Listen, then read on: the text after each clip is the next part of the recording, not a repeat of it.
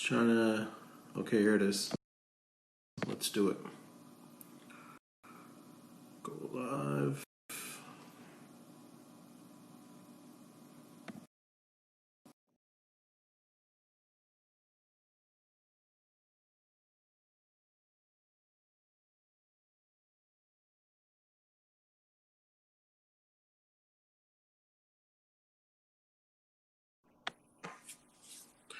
How's the sound? Aaliyah,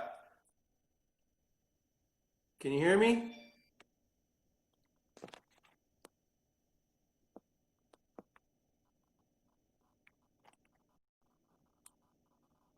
Uh, how's the Can you hear sound? me now? Yeah, I can hear you now. Okay, great. Um, what I wanted to check is just worried about connection. If it trips up, what I'll do is I'll just hotspot to my phone and we'll get back on. Okay, no problem. All right? Yes. Well, I just want to start off and say thank you for inviting me to hop on the live with you. I'm sure it's going to be a great conversation that we're about to have. Also, I just want to say before we get started that for everyone that I've played with, everyone who I've played against, everyone who's coached me, all my fans, I just want to say, thank you, because all my success and the person that I am today is because of you guys. So just want to put that out there. And also, obviously, throughout this call, I'm going to be talking about my family a lot, which I do. And it's important. So just giving you a heads up that I'm going to be harping on them a lot because they're the ones who've, they're the one who've created all these opportunities for me. So. Well, that's awesome. From my end, I'll say, thank you for doing this. Most of my discussions have been with coaches and people on that side of basketball, but certainly I think it's important to talk to players like yourself to kind of get their perspective on not just the game, but how they became the player that they are, and certainly how they connect on the coaching side. So I've got some tough questions, but you'll be fine. You'll be fine. Yeah, And I'm ready. Throw them at me. sorry, say that again. I said I'm ready. Throw them at me. Great, great. And thanks to your mom, Humber alum, for Yes. setting this up. I really appreciate this, Jackie, and I'm looking forward to Definitely this. moms. Yeah. So let's start with this. What have you been up to? I mean, in this time where you can't really go outside, there aren't any gyms available. Um, what have you been doing to sort of sustain your own mindset, sanity, and just keeping your head above water, like all of us, really? Right. Well, we're in tough times right now, but me being a student athlete, first thing is academics. So I started summer school last week.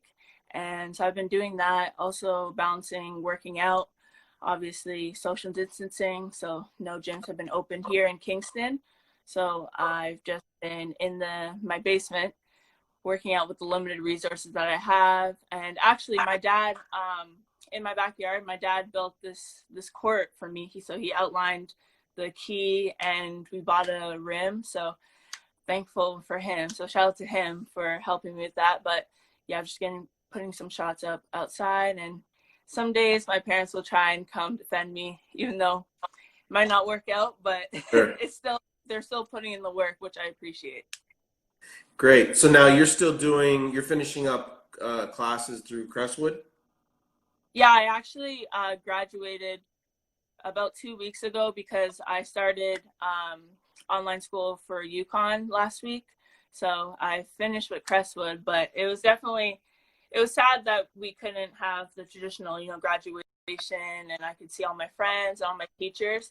So virtually, I kind of just said thank you to them. And actually, we went to, I have the sweater here. It's our grad sweater. Oh, there you go.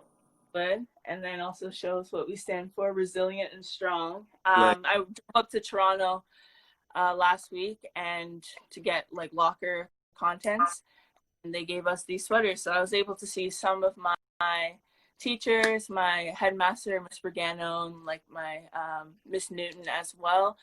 So it was good to kind of see them, but we didn't have a traditional graduation because of the circumstances. Right. You were at Crestwood for 2 years or one? 2 years. Got it. Okay. So you won both of those. You're on both of those championship teams. Oh, of course, of course. Going for a three-peat this year. Yeah. Hopefully. So, no, well, wait a second. You're going to UConn this fall, are you not? Yeah, yeah. But Yeah, I okay. mean, like the people, I got the you. girls coming in. I got you. Let's I keep got the you. Okay. legacy going. Awesome. So you mentioned that you're from Kingston. You got the backyard to hoop up. Your parents are trying to defend you. And no disrespect to Kingston, I love it, and it certainly has its history of basketball there. But growing up prior to Crestwood, or your time at Crestwood, where did you find competition? Where did you find people to sort of defend you, play against? How did you develop knowing that you were probably one of the best players there? Right. Well, my first 2 years of high school, I went to Frontenac Secondary School. So shout out to them. That was a good transition for me from coming from my club team, which was coached by my mom and my brother. So that our Kingston Impact team, we were in the Jewel league, and it Yeah. was pretty competitive at that age level. Obviously, I was trying to pursue things like Team Ontario and looking for the national team. But I think with my mom being a coach and also my brother being a coach, they really helped push me to that elite player Mm-hmm. in my age group, and also help develop me with my teammates as well, helping to develop me and recognizing that, we need to push Aaliyah to her potential so that she can excel further down the road. So I think they played a big part in me being successful. So shout out to all those girls. You know who you are, the OGs. But going back to Frontenac, me competing with the junior team for my grade 9 year, we went to EASA, and we won that. So that was good. That was great competition because we weren't just playing inside of our city. We went out, branched out, played other teams. And also for my grade 10 year, I played up with two other girls in my age group. We played up with the senior team, and then we won OFSA, which was great. So I think Wow. for us taking that initiative and for me to take that initiative to play with the senior team, that kind of really helped push forward my development in terms of playing with older girls and kind of developing skills and maturing as a player and as a person. Definitely. And yes, shout out to Frontenac, the rich basketball tradition there. I'm aware of that. And, there has been talent that has come out of Kingston for sure, and definitely Oh, in for sure. the game. Um, I just wondered how, you sort of came up, but you've explained it with, what you said. So you're talking about training and, who's coached you, but can you describe some of your training routines? Sure. So usually, sometimes it is good to play with guys. So when I was at Frontenac, I would go in the morning, probably like 6 a.m. in the morning, to Frontenac, and then from the senior team or the boys team, they would come and we would play one-on-one or just some pickup. Sometimes I'd actually practice with the boys team, just so I can, because boys play faster, their Mhm. game's faster. They have a lot of knowledge as well, so I've been playing with them. I also go to a place called RMC in Kingston, the Royal Military College, Yeah. where I'm playing pickup with older guys, young adults. Also, my mom or my brother or my dad, they'd come with me and they'd hit me with the pads. So it's a lot of just really using my resources and also consistently just practicing. So I would practice probably like 3 times a day or twice a day. But in terms of the actual workout, I would say that I do more. I do a lot of shots, so pull-ups, whether that be from the elbow. I have cones where I picture as if I'm coming off a screen action. So some edging, or I had to split the screen to a pull up or into a drive, because I don't have a lot of people to play against here. It's more just me envisioning the game Sure. if I'm not doing runs or anything like that, or playing with my parents or my brother. For sure. But yeah, a lot of like post work. They would have pads, ball handling as well. Um, any yoga? Are you doing anything from a nutritional standpoint that's Yes. different? Yes, well, I don't, a lot of people probably don't know this, but I'm a vegetarian, and I've been vegetarian since I was 7. So for me, in terms of nutrition, I have to make sure that I'm getting the right protein throughout every meal, and also the iron too, because you lack that since that's red meat. So, Yeah. but throughout my years, I've been with multiple nutritionists, whether that be with CSIO, the Canadian Sport Institute of Yep. Ontario, or also with UConn now. They've just been helping me get different variety in my meals, stuff like that. But no, but for my workout with UConn and also with Canada Basketball, we implement yoga and also meditating, which is very important. Not just, everyone can play basketball, everyone's physical. Can work on their physicality, but your mind and having that competitive mindset is very important, and the well-being of your mind. So we harp on that a lot. You're pretty young in the game, and so you're meditating and you're doing these, you're doing yoga. Like, have you seen a difference? Yes, absolutely. Because I've been given the opportunities that I have, whether that be being 16 and being invited to this senior women's camp.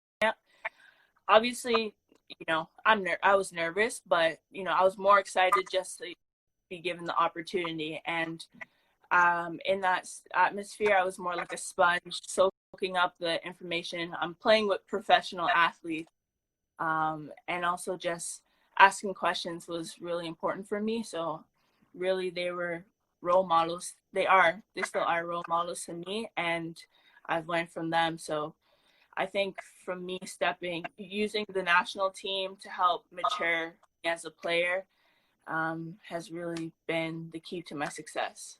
Great. I think I'm going to touch a bit on the national team stuff in a later conversation.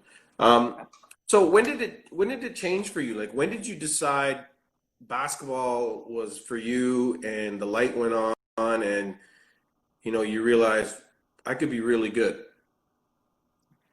I would say that's a hard question, because I did play. I played basketball, and also I competed for track and field when I was at Frontenac. And in grade 10, I went to OSA for track and field and came second in 2 events.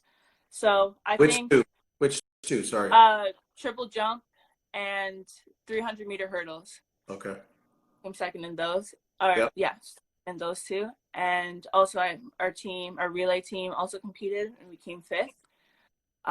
But definitely, I think after that year, I really decided to kind of focus on basketball, and I realized I can pursue a career in basketball and push, not focus as much on track, but I still implement track training, whether that be running or running like a 5K, or going up to the Mhm. track and doing sprints, because by you doing multiple sports, it complements one another, whether that be, for example, track, it helps with your endurance, soccer endurance as well, also footwork. So I still keep it up. 10 is when I really focused on doing that. Definitely when I was in high school, I was really loving it, especially my experience with Team Ontario. I felt the love for it. Especially, came in as a not like a role player, basically a practice player. But then I made the B team unexpectedly. So shout out to Coach Fab for giving me that opportunity. And then the following year, I made it on the A team. So that's when I realized that, okay, if I just keep working, I can really do what I inspired to do. How old were you when you were with Team Ontario?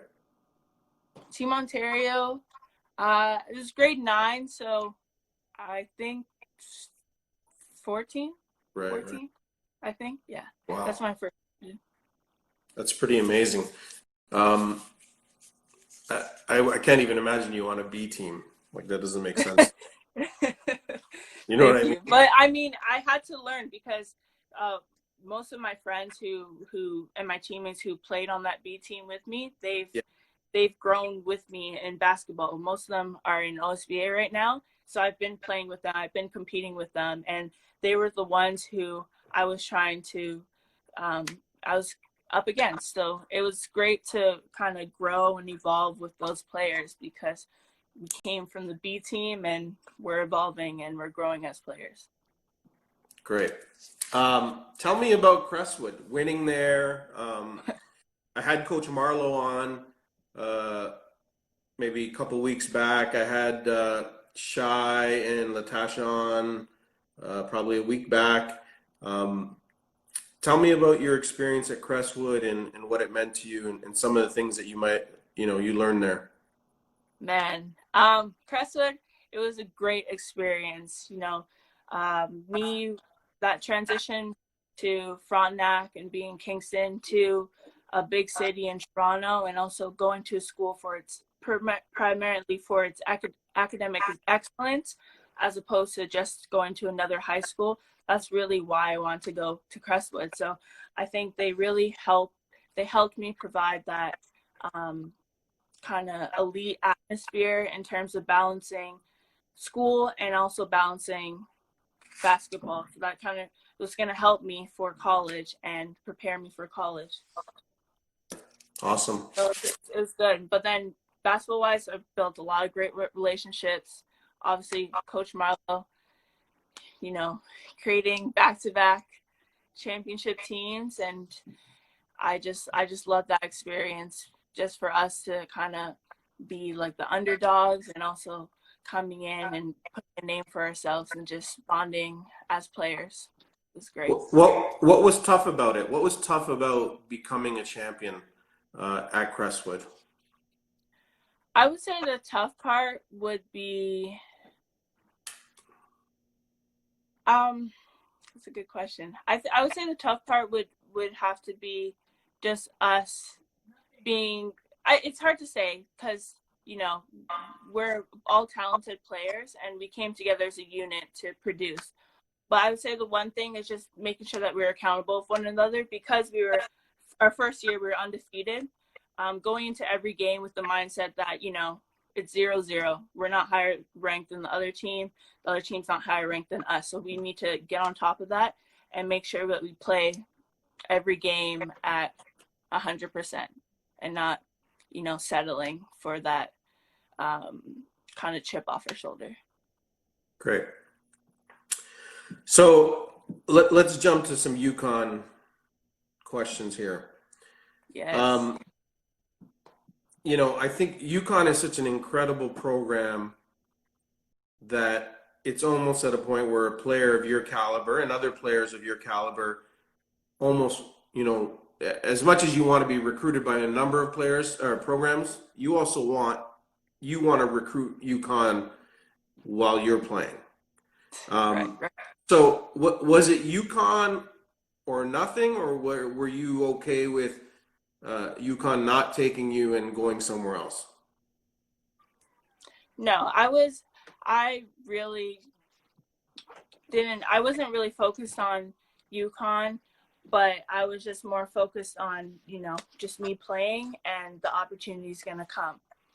So UConn, when I was at the BWB camp, Basketball Without Borders camp, Final Four weekend in Florida, that's when I saw Coach Gino and we had a showcase game and we were competing. All the scouts were there. That's when they first contacted me after that weekend. But other than that, I had many schools on the radar.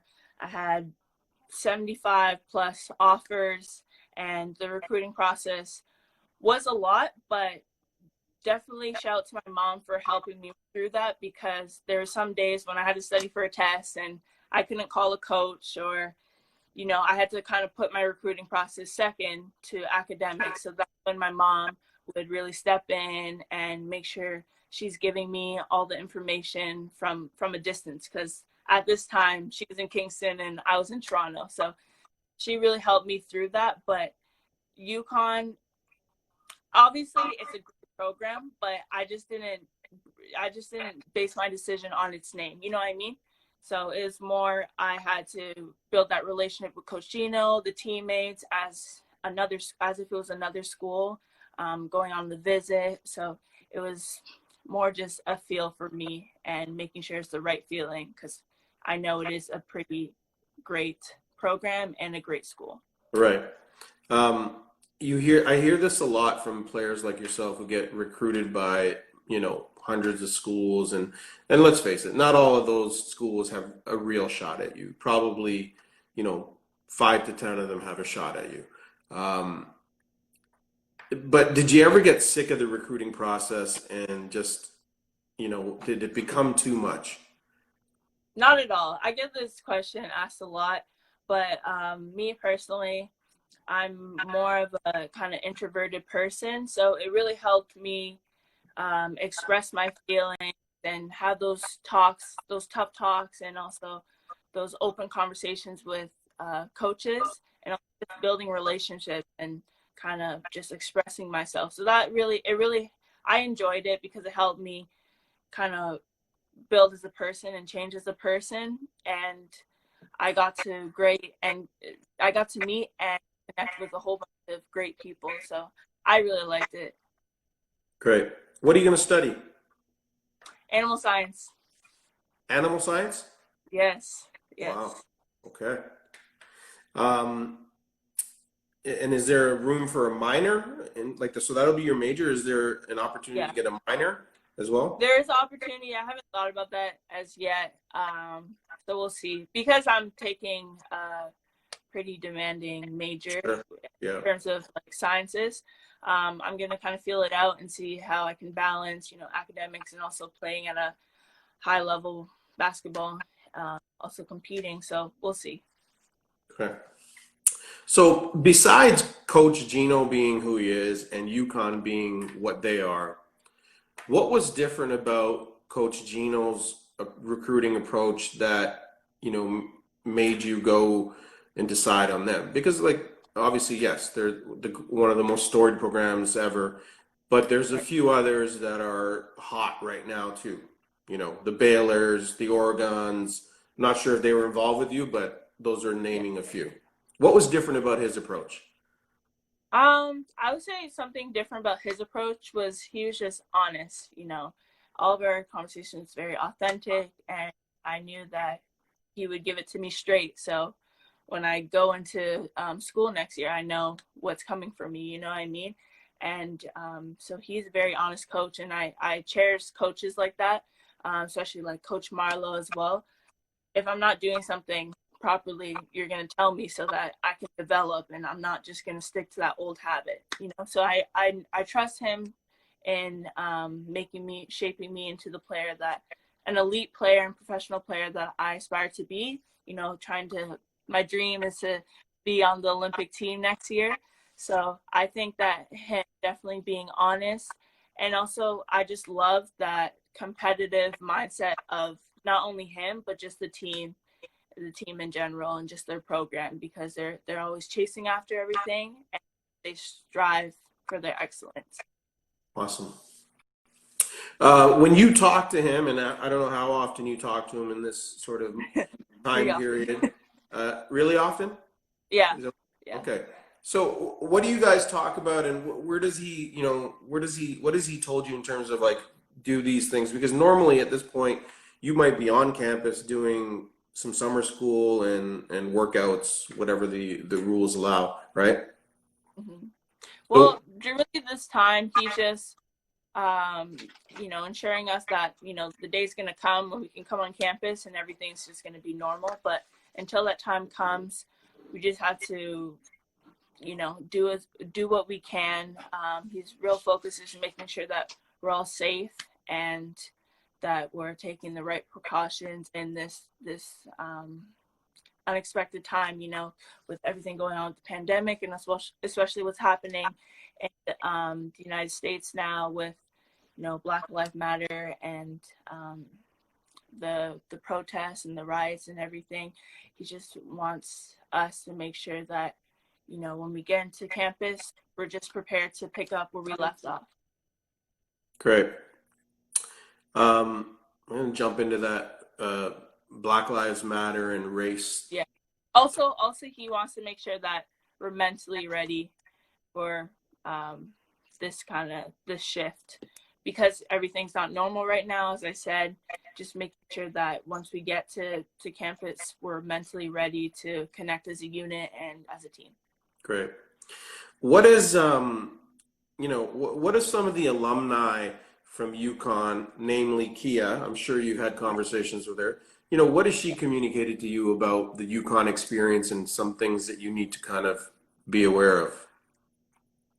Well, definitely, you know, with Kia going through the program and making a successful career out of that, me being the second Canadian to come into UConn, I'm just kind of looking up to her and making sure that, you know, representing Canada as we should. And hopefully others, you know, below me can, all the next gen, the next gen will come and more Canadians can come to UConn. That's what I really want to happen. But definitely Kia, when I was with the senior women's team, she would tell me some of the things that she experienced. I would ask a lot of questions, but it's kind of hard right now as we are apart, and you know, we're different age groups as well, so it's not like we're hitting up each other every day, but definitely we do reach out to one another, and we just have conversations about UConn, off the court, on the court, also just college life, because sometimes, you know, we're not talking about basketball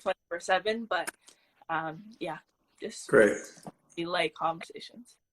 It's got to be a huge advantage to be able to reach out to her and kind of help you through this process too.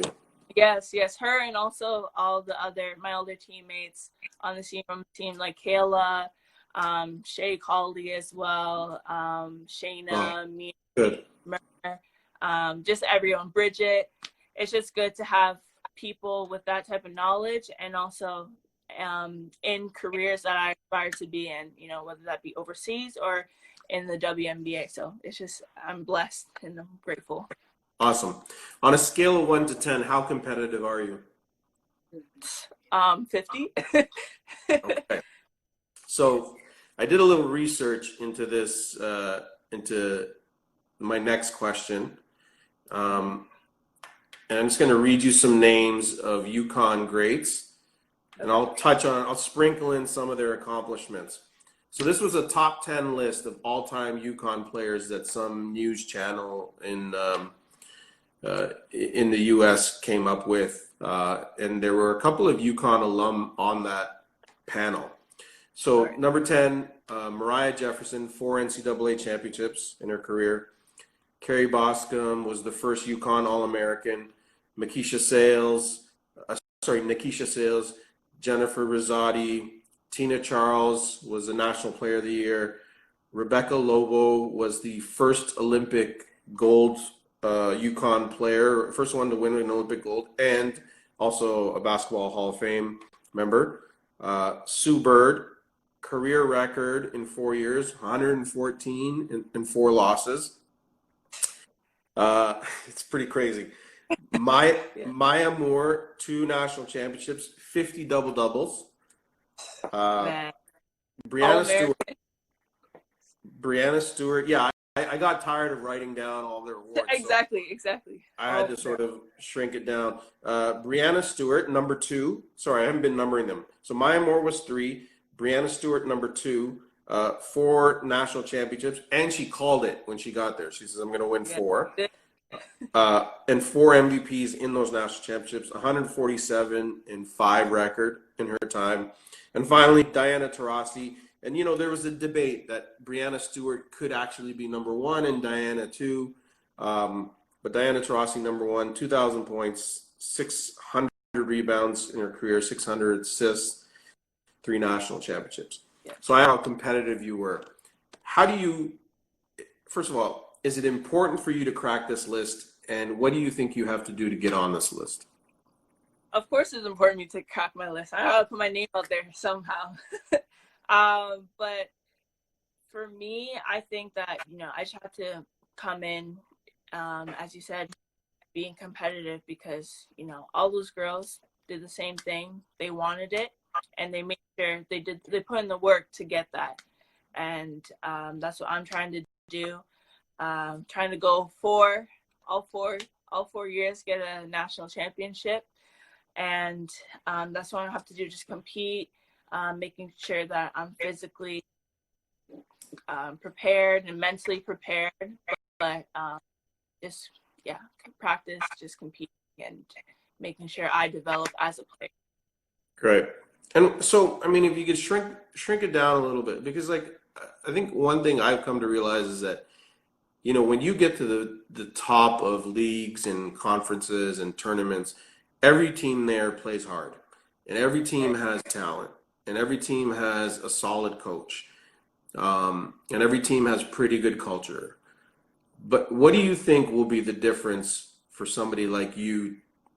Because this group of 10 that I just named, talent, heart, Right. Right. I mean, you throw it in there, it's all there. It's like a buffet of incredible basketball players, right? Yeah. What do I you would think? say for me is my work ethic. Waking up 5 a.m. sometimes, going to the gym, coming back, eat, do what I have to do for a couple hours, and going back into the gym, do what I have to get done, come back.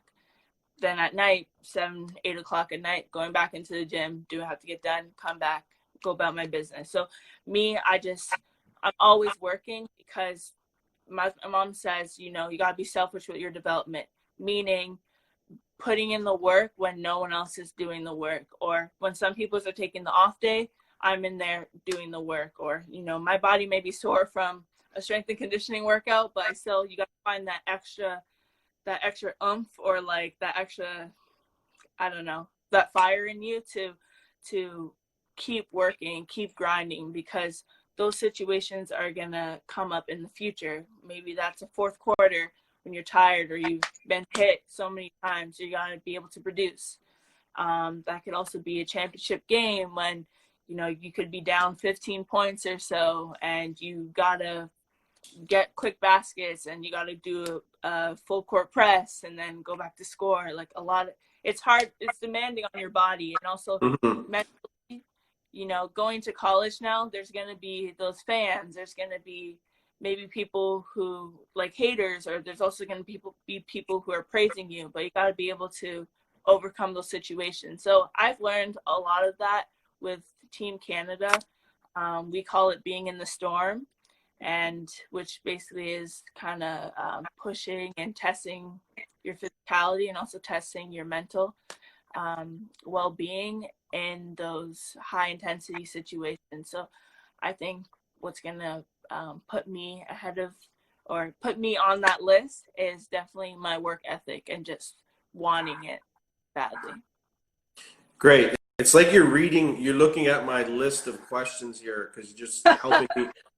You're helping me transition into the next one when you mention, Team Canada, which is the next question. Right. You were what, 15 at the time that you were Yes. with the senior team? Oh no, 16. 16, and was that an Olympic qualifying tournament, or what was that? It was it wasn't an Olympic qualify. It's a pre-Olympic qualifying tournament. The first one was in Belgium. Yeah. Yeah, the first one was in Belgium, and it was us, I think Japan, Belgium, and I don't the other team, but it was just us 4 teams, and we just played a couple of games together, and that was only like a week or so. Right. So that was the first time I was with the senior national team, and then I got invited back. Thankfully, I was so excited in October, where we had another pre-qualifying tournament, which was in Puerto Rico, Hmm. and man, that was. Let me tell you. So for my age group, we always played the states, and unfortunately, we haven't won yet, but it's going to happen someday. We're going to win. But with the senior team, we play the states, and it's not just, my age group I'm playing against. I'm playing against like some big names like Canada in the WNBA, Jordan Canada. Uh, there's just so many. Tina Charles, Yeah. Owugialmi. I don't know how to pronounce her last name, but just the whole roster is full of WNBA players, and also coached by Dawn Staley. So I mean, going into that game, I was just like, my mindset was, don't think of their name, they're just another baller. It's just a baller against another baller, and just got to play and just got to compete. So it was interesting. The first time I subbed in, Tina Charles was, I think, guarding me, and I got a rebound from her, and I put it up, and I made a basket. And I'm like, okay, got those first jitters out, and throughout the whole game, I was fine. So, I mean, that was a great experience. Tina Charles, number 6 on the list, by the way. Yes. Learn from the national team experience, and not necessarily the senior team, but I know you were at a younger age group as well. Yes. I mean, everything. I've learned a lot through Team Canada, especially just one of them being for Team Canada, we have long training camps. So we have it for probably a month or a couple of weeks. So that kind of shaped me on how I can be away from home. I was away from home for a month, and also I'm with a new team. We had to build that chemistry. We had to compete as a unit in under a month, and then compete for the next week. Also, a lot of school. So that would be me being away from school. I have to either work ahead or be constantly contacting my teachers and building and figure out different ways on how to retain the information. Also, as I mentioned, the mental piece, we'd have a mental performance coach, and also we'd have a strength conditioning coach. So we're constantly doing that. Nutritionist, as I mentioned. Man, it's just a lot. And also a lot of off the court stuff. We would be analyzing film. We're also making sure that we're building the chemistry with one another. So that'd be a lot of team building games. Also just IQ and knowledge, because for us, for Team Canada, we like to identify keywords or identify acronym that's going to represent us, so that when we're in these tough situations on the court, we're going to resort back to that acronym or that keyword that's going to help us shift our focus on our goal. And our goal is to obviously make the podium or medal. So that's, a lot of different stuff. Basketball IQ as well, just a lot of things. Right. Well, I hope you get to represent us at the Olympics and Man, that. I hope too. I'm working for it. You'll see next year. Good, good. So, how do you defend Aaliyah?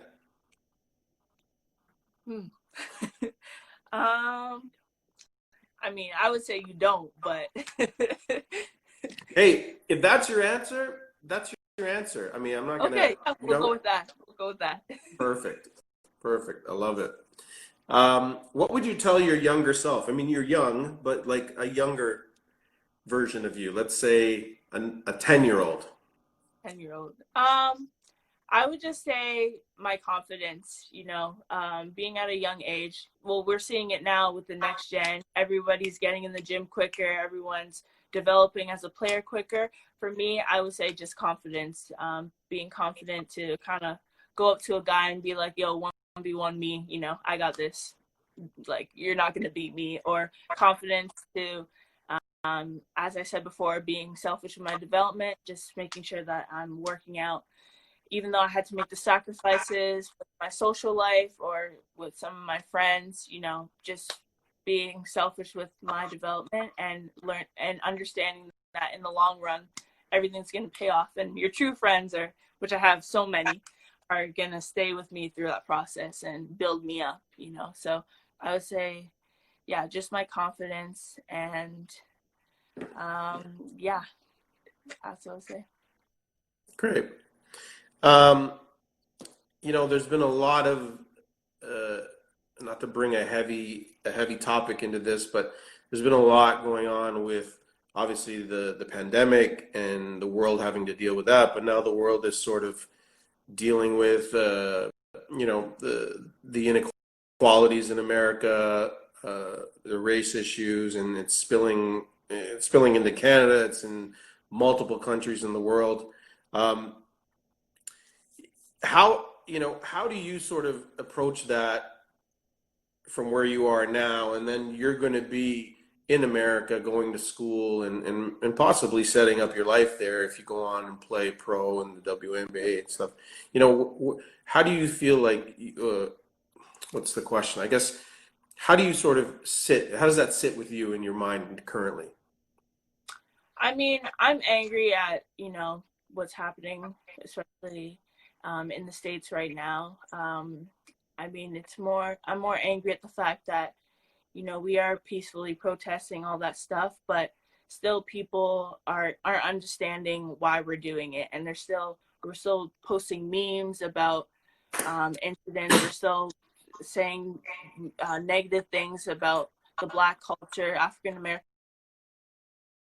I mean, obviously, this isn't the first time it happened. There's been many riots, there's been many protests, and racism has happened throughout, for like over 400 years. But my mom is actually the president of ABLE, which is the Association of Black Law Enforcers, and every day she's kind of uplifting other Black officers and other African Americans in their position to make sure that they're like encouraging and uplifting one another in their workforce, right? So I really learned a lot from her in terms of just being a strong Black woman and kind of making her word known. So I would say me transitioning into the States, it's going to be no problem because one, my team is very diverse and understanding of the Black culture, and also my mom is going to be there to help me as well. So I won't have any problem with it, but I just hope that there's going to be a day when you know everyone's not gonna see the color of your skin, but just see you for who you are. Your personality, how you treat one another should change. There's also been a lot of stuff on Twitter where, NCAA staff, coaches, et cetera, are getting, challenged to sort of make a statement, post something. I don't know where I stand on that. I'm not sure that's completely fair to force people to do that. I get it, but I don't know if it's fair. Is it important for you that your coaches in the future, Coach Gino, the assistants, are publicly outspoken about this topic, or do you just say, hey, stay in your lane and support in the way you can? No, I wouldn't say that. For UConn, our team, we actually came together and we talked about how we were feeling and on the situation, and we put a statement together as a team. And I think that kind of rippled into different other colleges doing the same thing, and we kind of initiated that. So I think that was good for us to just kind of express our emotions and just let everyone know how we're feeling. But in terms of the coaching staff and Coach Dino, we actually had a Zoom call the other day, and we were just talking about how everyone's feeling and how we want to make a difference. Coming into the season, we just want to make sure that we're embracing the culture and just also advocating for it. So I have no problem with people, posting or putting statements out or just putting their thoughts out. I'm just more concerned on how I'm handling the situation. But I mean, people can have their opinion, so I'm not going to be there to judge. Um, Donald Trump certainly didn't create the problem. Like, this problem is 400 years old, uh, but he continues to be a villain, seen as a villain in the problem. He's currently seen as a villain in the current situation. You win a national championship, you're supposed to go to the White House and meet the president. If he's the president, are you going? Is the team going? I mean, we'll talk about that when it actually happens. But I mean, I don't really watch that, especially because he's, you know, we're in Canada. We got Trudeau here. I mean, I just don't watch that. I don't like to listen to all the negativity that's happening with him. I mean, he has his own opinions. Yeah. Got it. No comment on that. No problem.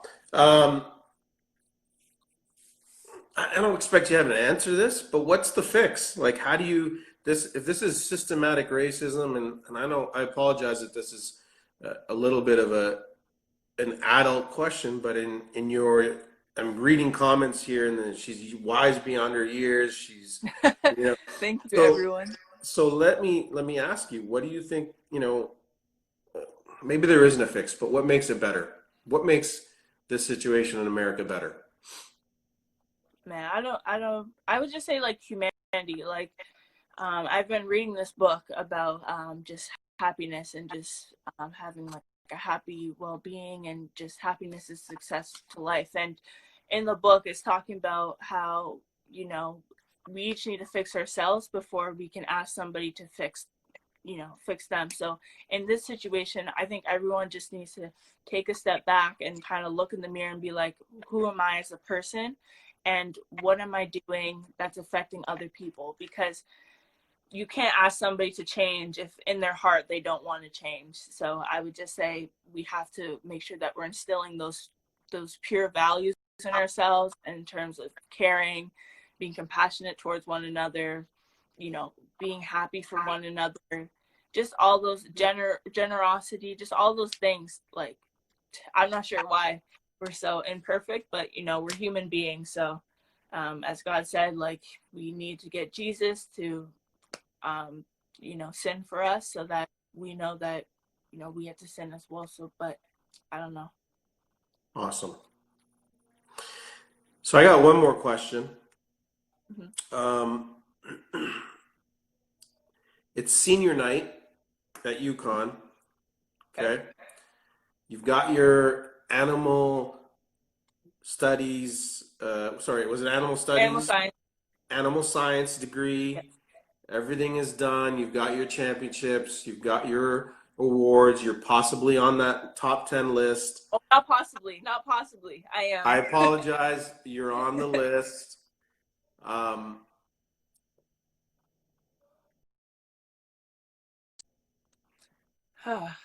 mean, hopefully I'm saying thank you for riding with us for our 4 championships. I hope that's in my speech.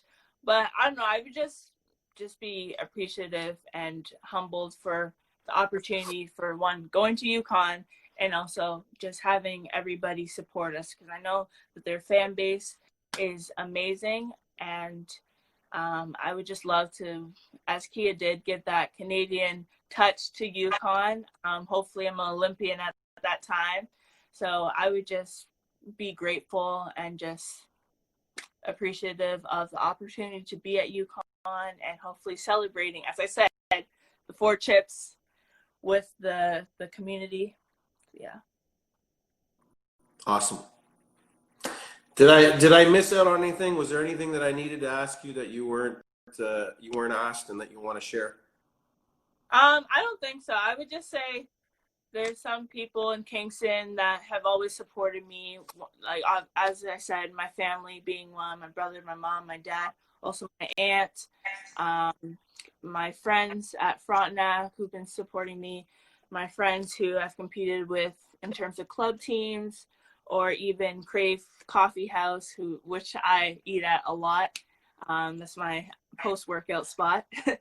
Or also like my friend Hope and her family, the Murphy family. You know what you did for me. So it's just a lot of people that I've cherished and, you know, built those relationships with. So I would say anyone who's just a student athlete or just an athlete in general, make sure that you have your inner circle, because those are the people that you rely most on.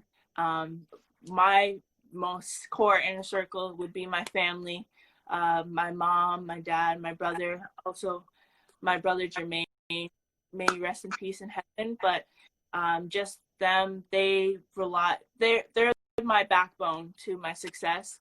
And you know, there's going to be haters, there's going to be people who's praising you, but they're the ones who you know, come and give me a hug after every game.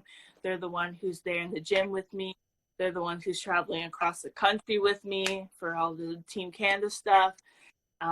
When I was in Toronto, and they're in Kingston, they would drive, what is it? It's like 6 hours there and back each night to come watch me for a 7 o'clock game. And I'm like, every time I see them, it's as if I haven't seen them in like a year or something, because I just appreciate all that they've done for me, because it's been a lot of sacrifices, and I can't harp on that enough. Just your family is most important. So keep those relationships. Those relationships are big in your success, and just, you know, they're ones that you're gonna fall back on in the long run. So I would just say family first.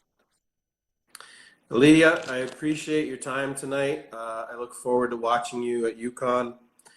I look forward to watching you carry the flag for us, future competitions. Yes. And certainly, you know, you've spoken so well tonight, and you've represented yourself extremely well. I agree with everybody who's commented that, you know, you're mature beyond your years, and I think you're going to be great. And shout out to Kingston. Shout out to Grizzly Grill. I had a great meal there one night. Yes. And thanks again to Mom Jackie, Humber alum, for setting this up. And nothing but best wishes and success to you. Appreciate it. Thank you so much. And shout out to Crestwood as well. Shout out to Crestwood. Yes. Well, thank you, Coach, for having me on again. It's been wonderful chatting with you. And those of you behind me, also, thank you for all your support. And I see all the comments here as well. So thank you. Yeah, keep doing you guys. I'm going to put this on